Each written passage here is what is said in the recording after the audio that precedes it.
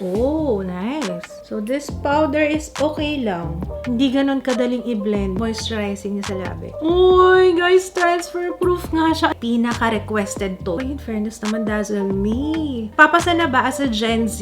Clap, clap, clap, clap. Talaga doon.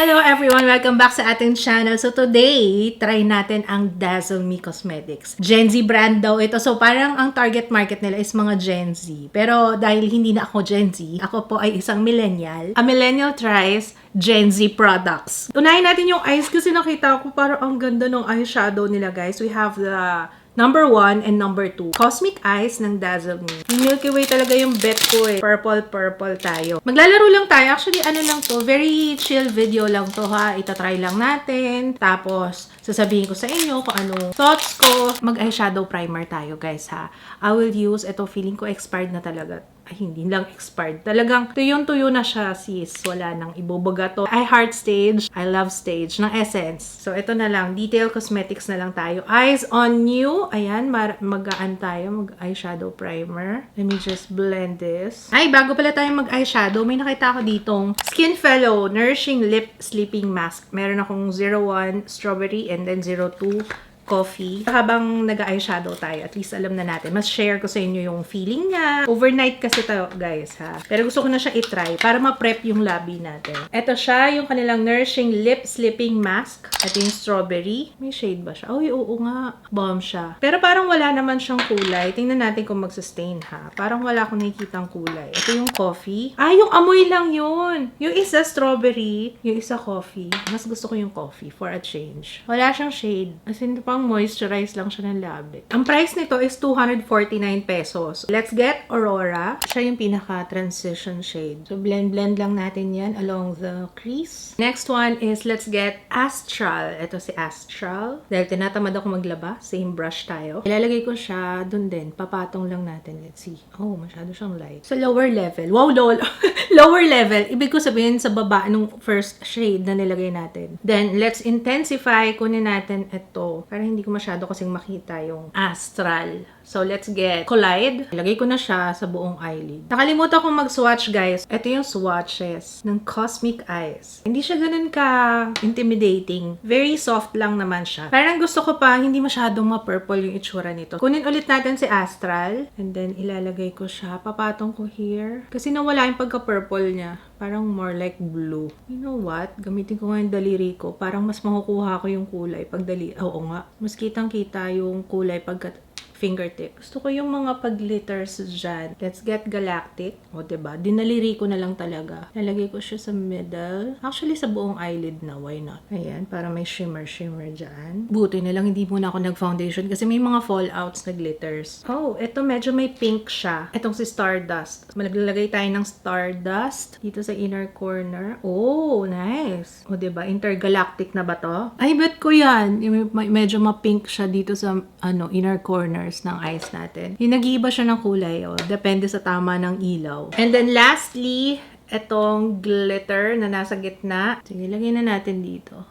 Try ko muna sa middle part. Pag ganito, guys, madali talaga kapag kadaliri na lang ha. Huwag kayong gagamit ng brush, especially pag may glitter. Kasi may glue yan sa ilalim. Mas madidikit nyo sa eyelids nyo. Nakikita nyo yung mga glitters na malalaki sa gitnang part lang, sa middle part. Pinapractice ko talaga to kasi ito yung gusto kong look for tomorrow. Meron akong meet and greet. Thank you in advance sa mga lahat ng pupunta. Nag-announce ako sa vlog actually. Malamang by the time na mapanood nyo to, naganap na po yung meet and greet. Pero if you're updated naman sa vlogs and sa Instagram, if you're following me, kaya make sure to follow me, okay? Kasi may mga announcement ako doon madalas. Anyway, so ayan na on our eyelids. I like it. Parang kakaiba siya sa mga usual look na ginagawa ko, no? Pero ayoko ng gusto ko yung may pop of color lang, pero gusto ko simple pa din. So, next one, kuha ko ng pencil brush and then kung ano yung nilagay natin sa taas, sa eyelids mismo, yun din ilalagay natin. First shade is Aurora. Kunin na natin to.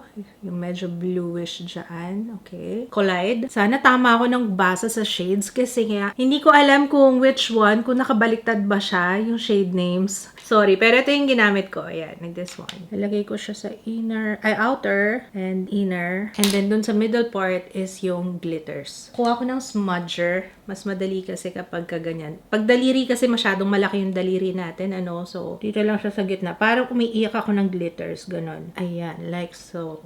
Sa gitna lang din. Mamaya na natin tapusin kasi gusto ko yung medyo meron tulo pa dyan. May tulo. Gawin ko muna yung aking kilay and I will be back. Guys, parang gusto ko maglagay ng blue na eyeliner. I'm using itong Colorette Color Flick. So, sabi ko sa inyo, maliligaw ako ng landas. Para lang tayo naglalaro ng makeup for today, ha? Alam kong Dazzle Me ang tinatry natin, pero ito na-try ko na to. Sa taas lang nung black na eyeliner. Mga ganyang level lang naman. Nice! I like this. Mascara! Meron silang mascara. Dazzle Me Lock and Pop. Volumizing and curling mascara. Uy, gusto ko yung brush na ganyan. Okay, let's try it. Gusto ko yung brush. Maganda yung brush and hindi talaga bumagsak yung lashes. Oh, that's nice. But, are you waterproof? Walang nakalagay kung waterproof to. So, good luck daw. There's something in my eye. Ano yun? Oh, meron nga. Meron silang foundation powder. Pressed foundation. Dalawang shade yung nakuha ko. 02, natural feeling, and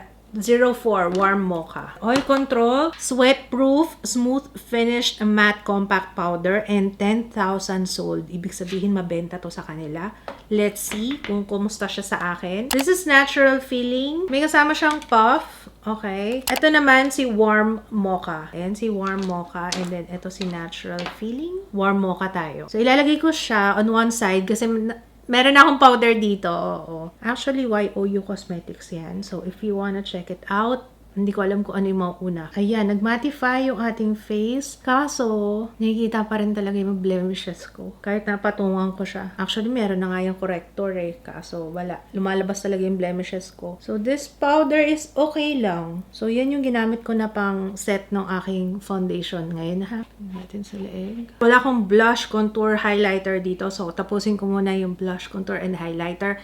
I will be back. Bet na bet ko yung look ko. Ang ganda ng eyeshadow, guys. I like it. Naalala ko yung mga unang release ng Squad Cosmetics dati. Diba? Parang ganito nga rin yung shape nun eh. Anyway, almost the same din naman. Meron din akong ganito ng Huda Beauty before. Meron din isa pa. Ganito din yung itsura.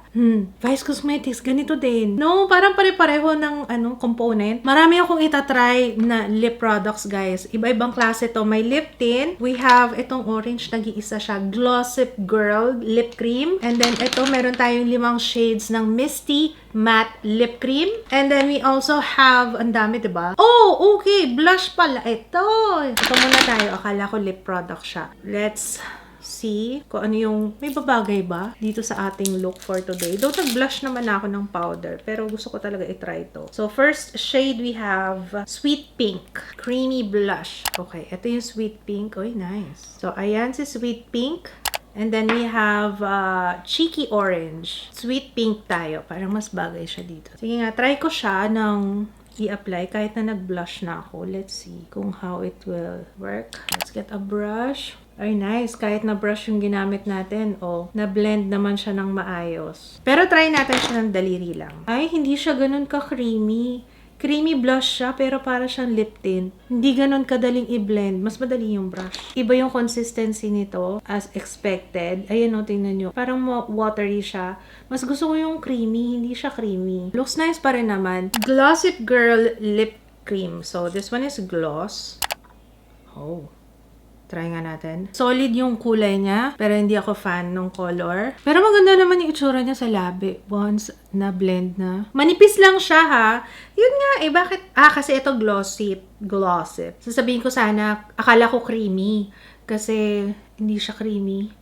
Parang water tint lang din. Pero kulang sa gloss. Hindi siya ganun ka-glossy, guys, ha. Ang shade niya, brown 90s. Pero hindi siya nag-brown sa akin. Parang more coral siya. Sa swatch, medyo brown. Pero sa labi, ewan ko ha, or siguro nag-react na siya dun sa nilagay natin nung first time. So, I don't know. So, meron tayong Dazzle Me Lip Tint. Yung isang shade is Smiley. Try natin si Smiley. Okay, ayan si Smiley. And then, this one is Touchdown. Namimili pa ako kung ano yung shade yung gagamitin natin. Oh, okay. Lip tint lang siya. Sige nga, try ko lang para ma-feel ko. Hindi ko maaawari yung scent niya. Mabango siya! Actually, masyadong mabango for a lip tint. Parang amoy perfume. Ayan siya. Naku, sobrang pula na. Hindi ako magli-lip tint ngayon. Try natin tong Misty Matte. Ito yung excited ako. Misty Matte Lip Cream. Swatch natin to lahat. Hindi na matanggal sa labi ko, guys. Sobrang makapit. Tingnan nyo nga, oh. Ay, matanggal na rin ito yung in-swatch natin. I tried my best na mapatungan. First shade is random na lang to, guys. 02 Encounter. Oh, nice. I like it. Misty Matte. Matte talaga siya. Next shade is Misty. Oy, brown. Ayan siya. Bet ko rin siya. Next one is Desert Sunset. Wow. Okay. Deeper shades to. Hindi ko na-expect, ha. Akala ko colorful kasi pink na pink yung packaging. Pero natutuwa ako, ha. Tingnan nyo naman. Oh, yung mga shades na usually sinusuot ko. Yan. Next one is Poppy. Ito, mapula na si Poppy. Ayan siya. And then, last shade is Rose Manor. Oh, ito ang pinaka deep shade brown, you know. Almost maroon na nga siya eh, oh. Parang gusto ko yung first one. Yung unang-una ang aking napili. Ang ganda kasi, oh, ito. Ayan yung gagamitin natin. This is Encounter. Oh, in fairness, kahit na matte siya, habang ina-apply ko, parang ang moisturizing niya sa labi. Transfer proof kaya to? Maganda kasi siya eh. Ibabrush ko lang yung edges. Mura lang siya, 174 pesos. Itong suot ko, salmon nude pala siya. Meron siyang hyaluronic acid, jojoba seed oil, and shea butter for a non-sticky and non-drying feel.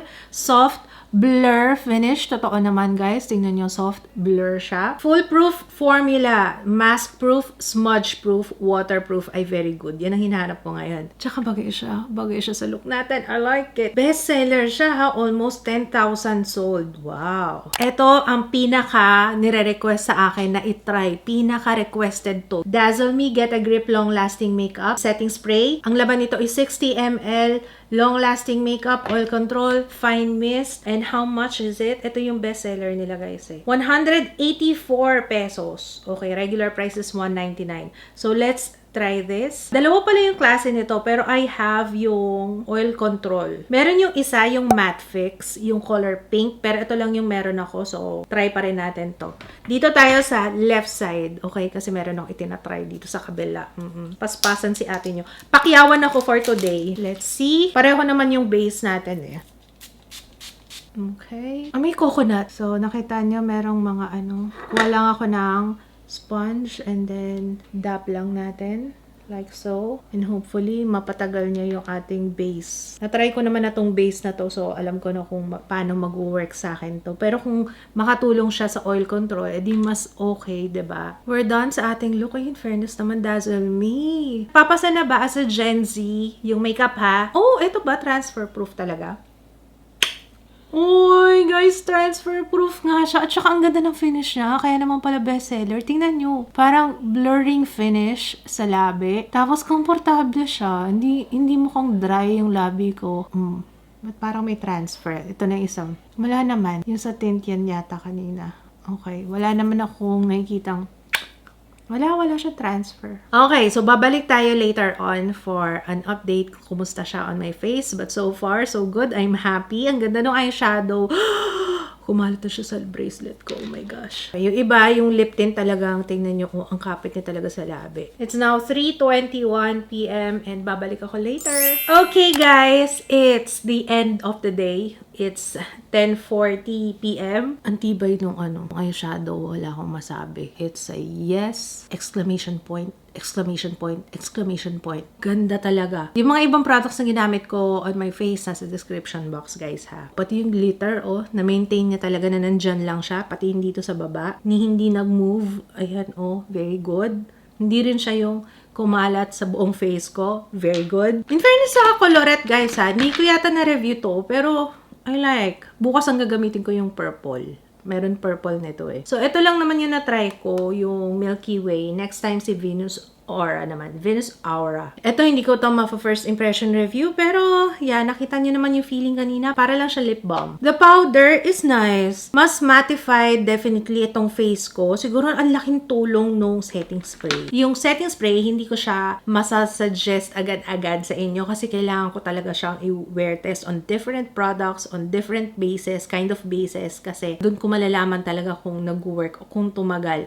So, kung yung mga dati kong ginagamit, naging okay okay dito or less oil, di very good. Pero right now, wala naman akong nakitang hindi okay sa akin. It's nice. Yun muna ang masasabi ko sa inyo. Pag nasama na lang to sa favorites ko, then you know. If you know, you know. Dazzle Me Pressed Powder, ito yung pinaka-bestseller sa kanila. Mukhang okay siya. Guys, tignan nyo. Maganda yung finish sa skin. Yung mascara, wala naman ako nakitang nag-bleed. At saka talagang naka-curl. Kung i-compare natin dito kasi YOU to guys. Ito, ayan tingnan nyo. Mas naka-curl to kaysa dito. 'Di ba? Maganda to. Dazzle Me. Block and Pop. This is.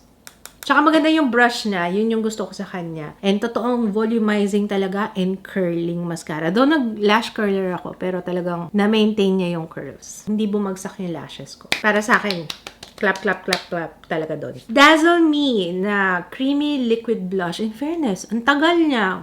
Meron pa rin ako.